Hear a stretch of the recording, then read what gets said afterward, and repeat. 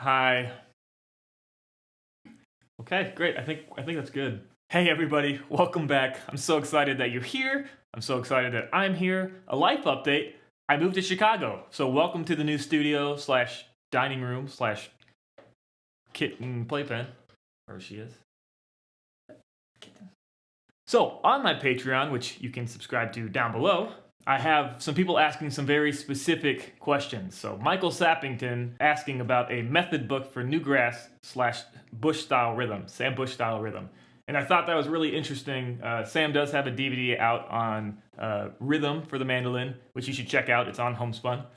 But this one, I feel like we can go a little bit more in depth with his catalog and cover some songs where he really shows off some embellishments and talk about how he does that, how he gets his sound, and how he does his crazy rhythms. All right, so for the first lesson in Sam Bush, before we even start playing Sam Bush embellishments and thinking about all the stuff that he does, we have to kind of get the basics down. We have to talk about the chop. Sam Bush likes to credit all of his chopping and the sound that he has as being inspired by Sam Bush. Nope. So Sam likes to credit Bill Monroe as the reason why he chops. So we're going to take a look at it real close. So if it's your first time chopping, this might be a little tricky to pull off. So we're going to talk about two chord shapes. The first chord shape, we're going to talk about the closed chop chord. It looks something like this. So right off the bat, we're going to do this in A. So let's take our pinky and put it on the 9th fret of the G string, this low string. Let's go ahead and take our ring finger. Let's go ahead and put that on the 7th fret of the D string. Let's put our index on the 4th fret of the A string, the 2nd string. And let's go ahead and put our middle finger on the 5th string of the E string. So we get something that looks like this. The reason why this is an important chop chord is it's a very rhythmic chop chord because of the way we can pull our hand off. There's no other extra ringing notes happening in that chop. With this chord, I want you to try something. All right, so let's say we have a metronome going. It's going 1, 2, 3, 4. What I want you to do is I just want you to hold this chord for 2 beats and let off your left hand for 2 beats, okay? So it's going to sound something like this. 1, 2, 3, 4. 1, 2, lift. 1, 2, lift. 4. 1, 2, lift. 4. 1, 2, lift.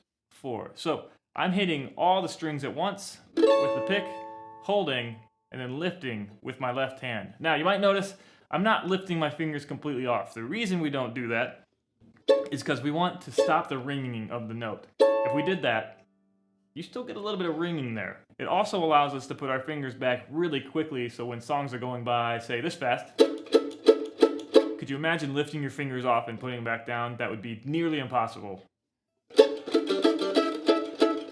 Okay, so let's take a look at how I initiate my left hand when I start strumming. So in my neutral position, when I'm looking at this chord shape, I don't have my fingers all the way down, so you're not hearing notes. You're just kind of hearing string noise. You're hearing this raking noise. So what happens is when I put my pick to the G string, I clamp my hand. I don't clamp it really hard, but I clamp it enough to make some sound come out, right? So now we're going to add those notes in for the first 2 beats of this 4-beat cycle. So remember, as soon as I go to make that downstroke happen on these strings, I'm going to make this chord ring out. And I'm going to let off. 2, 3, 4. 1, 2, 3, 4. 1, 2, 3. Now you can practice that at different speeds if you want to speed that up. 1, 2, 3, 4. 1, 2, 3, 4. 1, 2, 3, 4. It's good practice just to kind of do it throughout the metronome so you can feel comfortable with that. So let's try this. Let's take that 2-beat cycle, 1, 2, 3, 4, and let's shorten it by half. So beat 1, we're going to have the chord ring out. Beat 2, we're going to be silent. Beat 3, we're going to have the chord ring out. And beat 4, we're going to be silent. So it's going to sound something like this. 1, 2, 3, 4. 1, 2, 3, 4. 1, 2, 3, 4.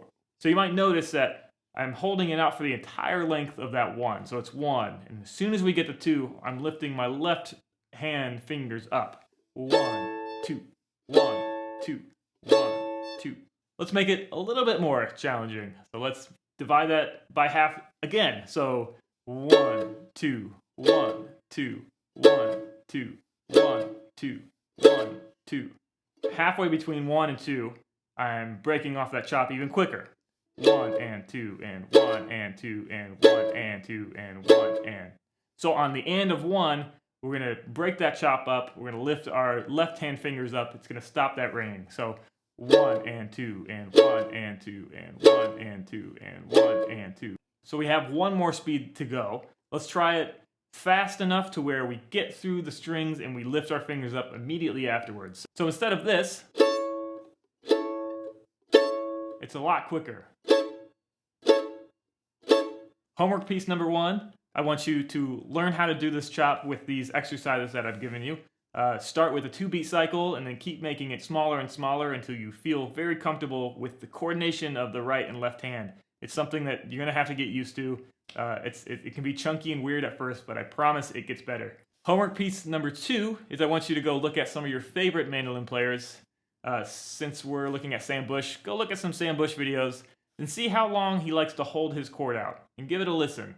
You find it very interesting if you compare him to Thiele, 2 different chops, or maybe Cyril Hall, Adam Steffi. Go check these people out and see how they chop. Hey folks, I'm backstage before show. I just wanted to let you know, we're doing these exercises where I'm having you play on the 1 and the 3 for a chop, which is a little funky. Now I wanted to explain this. This is really to get your coordination right for your left and right hand. The chops actually happen on the 2 and the 4, but I just wanted to make this really, really clear so we're not confused while we're practicing this and then all of a sudden we go to 2-4 on the chop. I just wanted to let you know. All right, back to the video. Okay, so next what I want you to do once you have that chop down is on the 1 and the 3 beat, I want you to go ahead and play the bass note of the chop chord, which happens to be an E. So it sounds something like this. 1, 2, 3, 4. 1, 2, 3, 4. 1, 2. So this is really important because it keeps your hand moving. Sam Bush likes to do this a whole bunch. This is how he plays his rhythm. When we do embellishments a little bit later on in the month, we're going to be using this a lot and kind of variations of this. So get this under your fingers. So I want you to notice one thing, and that is with my right hand, it's always moving. Check this out.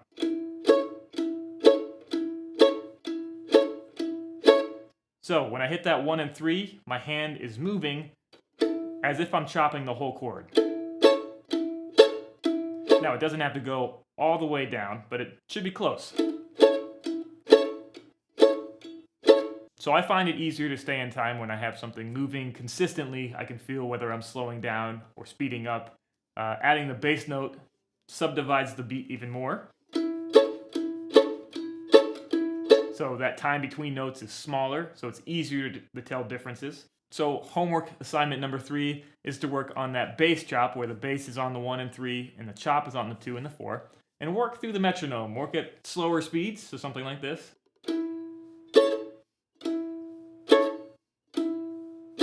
And then work on faster speeds, something like this.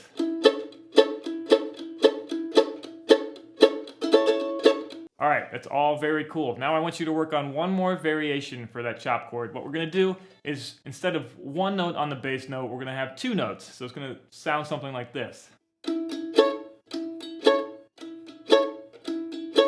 1, 2, 3, 4. 1, 2, 3, 4. Even slower, it looks like this. 1, 2, 3, 4. 1, 2, 3, 4. So you have 4 bits of homework for me. You gotta learn how to chop. You gotta look at other players and look how they chop. You gotta do the bass note with the chop, and you have to do the 2 bass notes with the chop. All right. So I might have lied. You thought you were done. I have one more thing to show you that's going to be important later on when we look at some Sam Bush stuff. There's another chord shape that we can use that Sam likes to use a bunch. It's going to be really important technique to learn. It's a little bit more challenging with coordination, but with a little bit of practice, we'll be fine. So let's take a look at it. So we're going to play the A on the G. We're going to play the E note, the 2nd fret on the D string. And then our A and E strings, these high ones, we're going to leave open. So it sounds something like this. Now, different people play this differently. I like to use my index finger for both of those. Some people like to use 2 fingers for that, index and middle. I've seen some middle and ring as well. So I like to use the index, and I'm pretty sure that's what Sam uses as well. And there's a reason for that. If we were to take this chord that we just learned and try to chop with the same technique as our chop chord up here, this is what happens. So you hear those A and E strings ringing out? That's because we have no fingers stopping those strings from ringing out. So what's going to happen is your ring finger and pinky, and sometimes your middle finger, it really just depends how you want to approach it. I like to use my ring and pinky a lot more. It has to mute those strings. So the coordination of this is when you lift off with your index finger to stop these notes from happening, I want your ring and pinky finger on your left hand to go down. So practice just lifting off with this index finger, and remember, we're not lifting completely off. When I lift off, I'm still muting the strings, but I'm off, I'm not making a sound with them. So with just those 2 notes, the A and the E that are fretted, it sounds something like this. You hear how when I lift up, it's cutting those strings off? That's really important. So really this chop has one more extra part with these fingers while you lift up with your index, and that's just to put them down. It's going to take a little bit more coordination to get the chop to sound like this. But remember, use the same exercises that you used for this chop chord up here, where we're holding a note for longer than it should be held, at least in the context of a chop, and cutting it off. And then over time, it happens quicker. So it should look something like this. 1, 2, 3, 4, 1, 2, 3, 4, 1, 2, off, 4. Down here, 1, 2, off, off, 1, 2, off, off, 1, 2, off, off. And now let's make it shorter. So 1, 2, 3, 4, 1, 2, 3, 4, 1, 2, 3, 4, 1, 2, 3, 4. Make it even shorter on the end of 1, 1 and 2 and 3 and 4 and 1 and 2 and 3 and 4 and 1 and 2 and 3 and 4 and 1 and 2 and 3 and 4 and 1. And then we make it even shorter. Till it sounds something like that. And then to further progress that, I want you to do the one where we have the bass note on the 1 and 3, and then the chop on the 2 and the 4. So 1, 2, 3, 4, 1, 2, 3, 4. And then I want you to do the double bass as well. 1, 2, 3, 4, 1, 2, 3, 4, 1, 2, 3, 4. The reason I'm having you do all of this is because later on we're going to be doing stuff like this.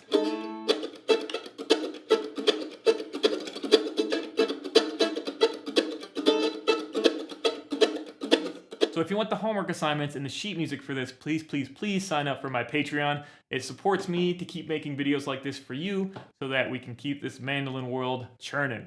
All right, everybody. Thanks for watching this video on chopping. So looking ahead, the next video, we're going to be talking about the song Revival by Newgrass Revival, even though it was written by Peter Rowan. But we're going to talk about very, very specific things in that song. Go ahead, give that song a listen to, and then I'll see you next video. We'll talk about it. All right, bye.